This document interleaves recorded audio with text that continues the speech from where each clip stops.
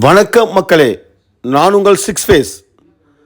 நம்ம இன்றைக்கி என்ன செய்ய போகிறோன்னா, இதை பாருங்கள், மத்தி மீன், கேரளத்து நெய்மத்தி மீனுங்க. அதை வச்சு தாங்க குழம்பு பண்ண போகிறோம். எப்படி பண்ணலான்னு சொல்கிறேன் பாருங்கள். முதல்ல நம்ம என்ன பண்ணலாம், மீன் எடுத்து நல்லா சுத்தம் பண்ணிக்கலாங்க. இந்த மீனில் விரல்லாம் இருக்குங்க, அதனால் நல்லா சுத்தம் பண்ணணும். இது நல்ல மருத்துவ குணம் வாய்ந்த மீனுங்க. சுகர் வராதுன்றாங்க, பிபிலாம் வராதுன்றாங்க. நிறைய இதில் வைட்டமின்ஸ் நிறைய இருக்குது. அதனால் இந்த மீன் சாப்பிட்லாங்க, ரொம்ப நல்லாயிருக்கும். மத்தி மீன், நெய் மத்தின்னு சொல்லுவாங்க. பாருங்கள், குடலை ஈஸியாக க்ளீன் பண்ணிடலாம். பாருங்கள், அதான் கையில் நம்ம அப்படியே கையிலே பிச்சு எடுத்துடலாங்க. இது நம்ம ரெகுலராக வாங்குகிற மீன் கடையில் தாங்க வாங்கியிருக்கோம். ஃப்ரெஷ்ஷாக இருந்து, அதே நேரத்தில் நல்லா பெருசு, மத்திலே கொஞ்சம் பெரிய மத்தி மாதிரி இருந்தது. இது பாருங்கள், மீன் எந்த அளவுக்கு இருக்குது பாருங்கள்.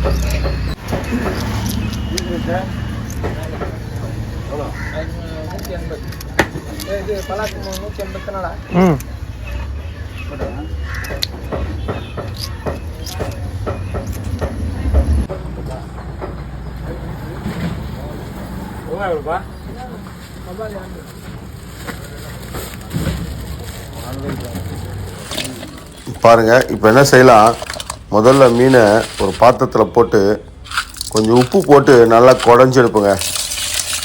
எதனால் நம்ம முதல்ல கடல் உப்பு போட்டு, எதனால் மீனுக்கு நல்லா உப்பு போடுறோம்னா, நம்ம சின்ன சின்ன பெறால் கூட அதில் வந்துடுங்க. ஒரு 2 முறை 3 முறை தண்ணி நல்லா போட்டு சுத்தம் பண்ணிக்கலாங்க. மீன் குழம்பு வாசமே மீனை சுத்தம் பண்ணுறதுல தாங்க இருக்குது. நல்லா கிளியராக பாருங்கள், உள்ள சின்ன சின்ன குடல் கூட இருந்தால் கூட இது மாதிரி எடுத்துடலாங்க. ஈஸியாக இருக்கும். எடுத்துட்டு நல்லா கழுவிக்கலாங்க.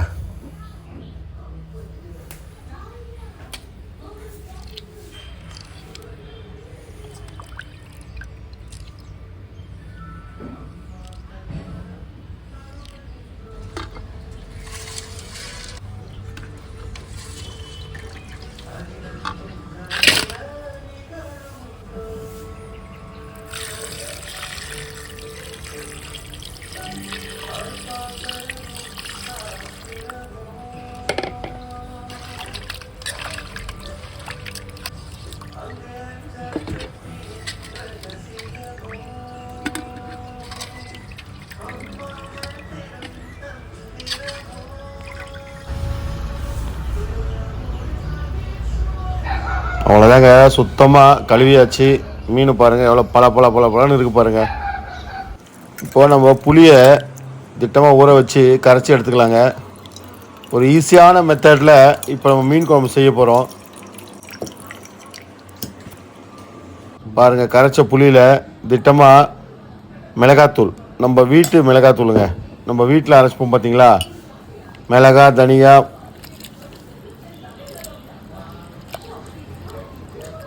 மஞ்சள், அதெல்லாம் சேர்த்து அரைப்போம் பார்த்தீங்களா, அந்த வீட்டு மிளகாத்தூள் தாங்க.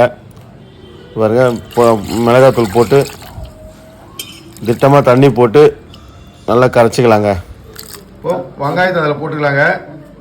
தக்காளி அதில் போட்டு அப்படியே பசிஞ்சிடலாங்க. அதில் ஈஸியாக வைக்கிற மீன் குழம்புங்க இது.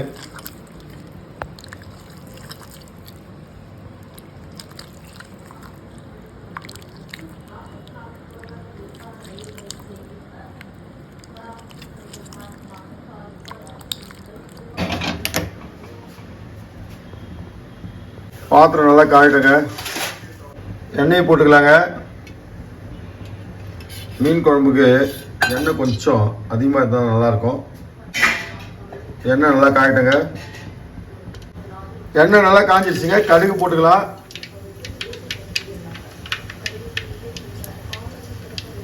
அப்படியே வெந்தயம் 2 போட்டுக்கலாங்க.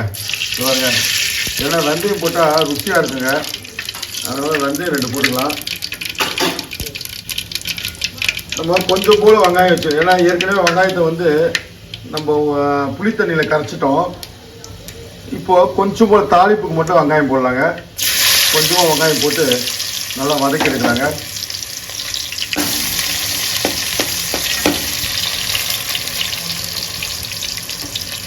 பச்சை மிளகா 2 போட்டுக்கலாங்க. சுவைக்காக பச்சை மிளகா. பூண்டை சேர்த்துக்கலாங்க கொஞ்சம். ஏன்னா மீன் குழம்புக்கு ருசி வந்து பூண்டு தாங்க. அந்த பூண்டை வந்து எண்ணெயில் வதக்கிறதுக்காக நம்ம இந்த எண்ணெய் போட்டு வதக்குறோம். பாருங்கள், வெங்காயம் நல்லா வதங்கிடுச்சு. இப்போ நம்ம கரைச்சி வச்ச அந்த புளி தண்ணியை இதில் சேர்த்துக்கலாங்க.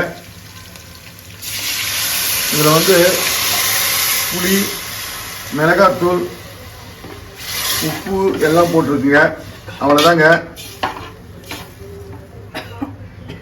மீன் குழம்பு ரெடி பண்ணி வச்சாச்சு. இப்போ இது நல்லா கொதிக்கணுங்க.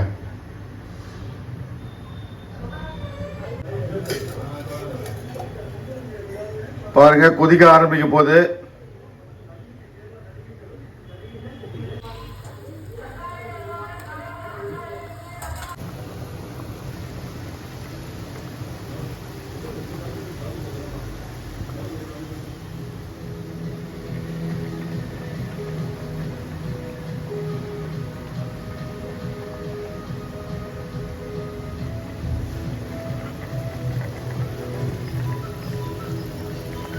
மீன் குழம்பு பாருங்க, நல்லா கொதிக்குது.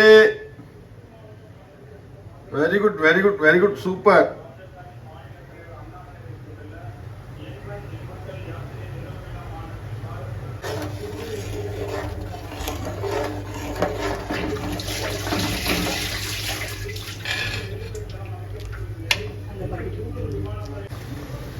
எண்ணெய் திறந்து வரலையே, பரவாயில்லையா?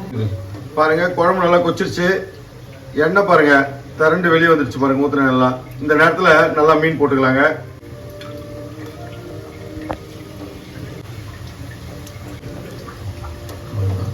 பாருங்க, அழகாக மீன் அப்படியே போடலாங்க. மீனை போட்டு குழம்பு ஒரு கொதி வரணுங்க. மீன் போட்ட பிறகு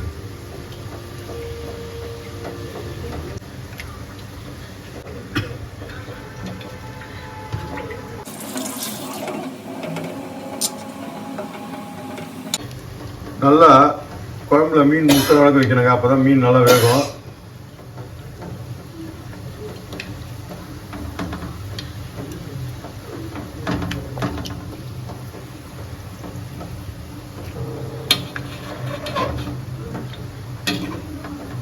இது மீன் வந்து நெய் மத்திங்க. நெய் மத்தி மீன் தான் நம்ம செஞ்சுருக்கோம். குழம்பு அவ்வளோ அருமையாக இருக்குங்க. இது எப்பவுமே மீன் போட்ட உடனே குழம்பு கொஞ்சம் தண்ணி ஆகிடுங்க. பாருங்க, நம்ம போடும்போது எவ்வளோ கட்டியாக இருந்து பாருங்க, எல்லா மீன் நல்லா முழுகி கொஞ்சம் தண்ணி வந்துருச்சு பாருங்க. பரவாயில்ல, நல்லாயிருக்கும், டேஸ்ட்டாக இருக்கும். கொஞ்சம் கொதிக்கிட்டுங்க. ரொம்ப கொதிச்சு தான் மீன்லாம் உடஞ்சிடும். அதனால் ஒரு திட்டமாக நடு கொதி வந்து சும்மா சுற்றி விட்டால் போதுங்க. ஏன்னா மீன் போட்ட பிறகு நம்ம கரண்டி போட்டோம்னா மீன் உடஞ்சிடுங்க. நம்ம மீன் உடையாமல் எடுக்கிறதுக்கு இது மாதிரி வந்து சும்மா பாத்திரத்தை அப்படியே சுற்றி விட்டால் போதுங்க. பாருங்க, அப்படியே மீன் ரொட்டேட் ஆகுது பாருங்க.